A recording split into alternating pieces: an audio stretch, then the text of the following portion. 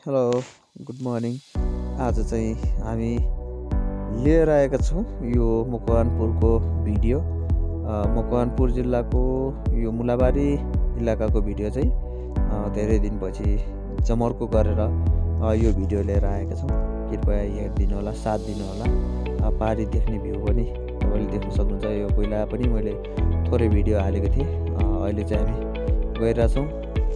यहाँ हाम्रो picnic spot जस्तो टाइपको पनि छ र घुम्न आउने जस्तो पनि छ। यो चाहिँ बिहानको समयमा खिचेको तस्बिर हो, जुन चाहिँ तपाईँले देख्न सक्नुहुन्छ सूर्य उदयको र जुन तल कुहिरो बिस्तारै माथि माथि आइरहेको छ तपाईँ देख्न सक्नुहुन्छ। यो चाहिँ मुलाबारीबाट देखिने ठाउँ र यो मुलाबारीको इलाकामा बस्नको लागि बेन्चहरू बनाएको छ।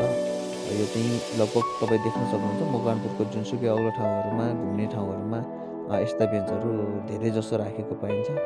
यहाँबाट चाहिँ डाँडाकाँडाहरू एकदम राम्रो देखिन्छ, भ्यूहरू हेर्न पाइन्छ।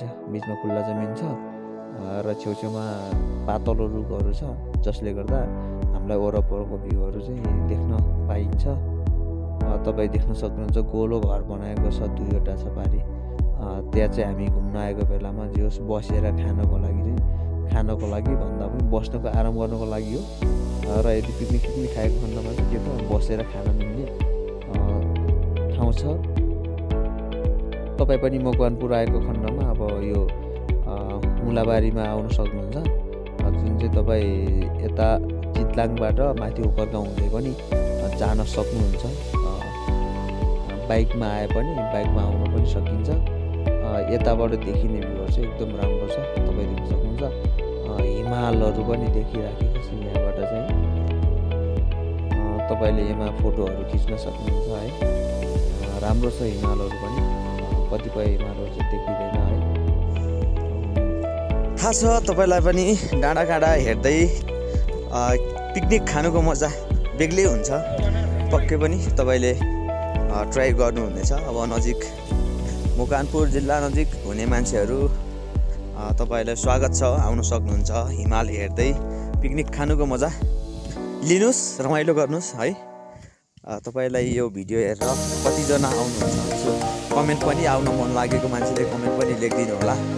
सब्सक्राइब नगरेको मान्छेले सब्सक्राइब गरिदिनु होला, माया गरिदिनु। पक्कै पनि यस्ता भिडियोहरू हामी अर्को पटक आउँदाखेरि अथवा अर्को भिडियोहरू लिएर आउँदा पनि हामी तपाईँलाई देखाउने नै छौँ।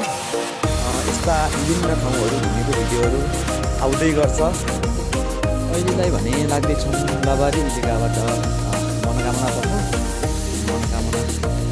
मन्दिर, जुन चाहिँ मकवानपुर जिल्लामा अवस्थित रहेको छ। त्यो मनोकामना गोर्खाको मनोकामना होइन, लोकल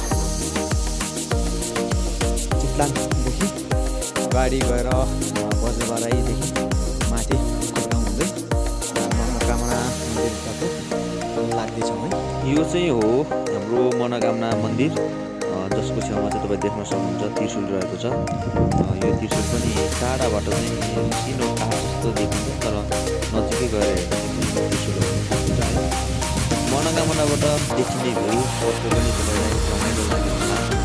यो डिजाइन फोटोमा तस्बिर हो, भिडियो हो, जसले तपाईँको मनलाई पक्कै पनि आनन्द दिन्छ भन्ने मैले ठानेर यो भिडियो बनाएको छु। यस्तो भिडियोहरू तपाईँले हेर्नलाई टेलिभिजन ब्लग्स सब्सक्राइब गरिदिनु होला। Thank you for watching.